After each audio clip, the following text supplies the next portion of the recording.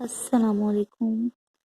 آج ہم پڑھیں گے سورہ نساء کی رکوع پڑھیں گے 1 تا 4، آیت پڑھیں گے اس کی 1 تا 10، اور رکوع میں جو 1 سے 4 کے اہم مضامین ہیں وہ درج ذیل ہیں۔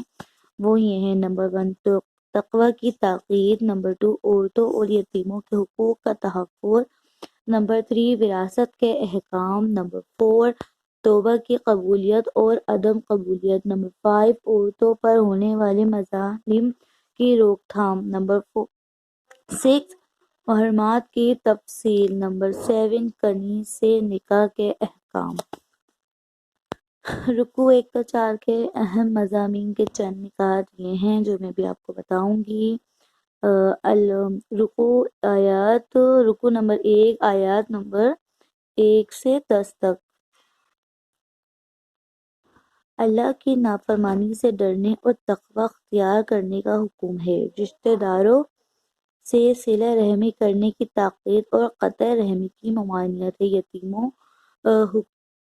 یتیموں کے حقوق کے حوالے سے احکامات کا بیان ہے۔ اس ضمن میں یتیموں کے سرپرستوں کو ہدایت دی گئی ہے کہ جب یتیم بچے بالغ اور سمجھدار ہو جائیں تو ان کا مال دیانتداری سے ان کے سپرد کر دیں۔ ان کے اچھے مال کو اپنے گھٹیا قسم کے مال سے نہ بدلیں اور ان کے مال کا ذرا سا حصہ بھی بدنیتی اور اپنے مال کے ساتھ ملا کر نہ کھائیں۔ یہ بھی حکم دیا گیا ہے کہ اگر کسی کو یہ خوف ہو کہ وہ یتیم لڑکیوں کے معاملے میں انصاف نہ کر سکے، جس کے نتیجے میں خدشہ ہو کہ ان یتیم بچیوں کے مال دولت اور حسن جمال سے متاثر ہو کر ان سے نکاح کریں گے اور مال ہتھیانے کے بعد انہیں فارغ کر دیں گے، تو ایسی صورت میں ہدایت دی گئی ہے کہ دوسری عورتوں سے جو انہیں بھلی لگے ان سے نکاح کر لیں۔ عورتوں کے حقوق کے حوالے سے یہ بھی بتایا گیا ہے اگرچہ مرد کو بیک وقت 4 عورتوں سے نکاح کرنے کی اجازت ہے، مگر اس شرط کے ساتھ وہ تمام بیویوں کے درمیان عدل کرے، لیکن اگر وہ عدل نہ کر سکے تو ایک بیوی پر ہی اکتفا کرے۔ مہر عورت کا حق ہے، لیکن لہذا خاوند کو چاہیے وہ اپنی بیوی کو خوش دلی سے حق مہر ادا کرے۔ ایک ہدایت یہ کی گئی ہے کہ مال ناسمجھ یتیم کے حوالے نہ کیا جائے بلکہ ان کی ضروریات اچھے طریقے سے پوری کی جائے، ان کی مال کی حفاظت کی جائے۔ یتیموں کے سرپرستوں کی ذمہ داریاں بیان کی گئی ہیں۔ وہ یتیموں کے مال کو امانت سمجھ کر احتیاط سے کام لیں اور اس بات کا خیال رکھیں کہ ان کا مال ایسے وقت میں ان کے حوالے کیا جائے جب وہ سمجھدار ہو جائے۔ اس مقصد کے لیے وقتاً فوقتاً ان کو آزماتے رہیں۔ جب یہ محسوس ہو کہ ان کے مال کو صحیح طور پر استعمال کرنے کی اہلیت پیدا ہو گئی ہے، تب ان کا مال ان کے حوالے کر دیا جائے۔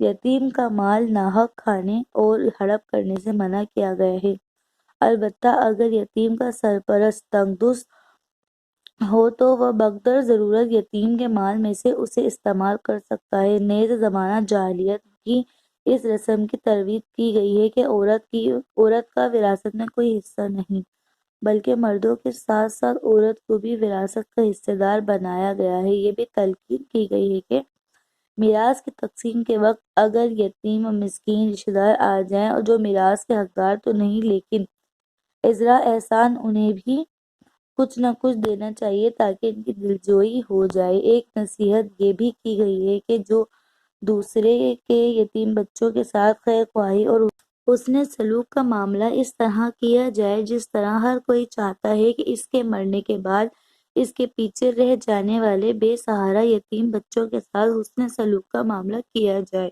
یتیم کا مال ناحق کھانے والوں کے لیے شدید وعید ہے کہ وہ اپنے پیٹوں کی دوزخ کی آگ بھر رہیں۔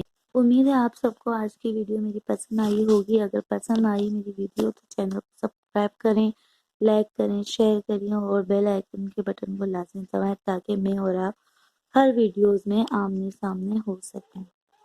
شکریہ۔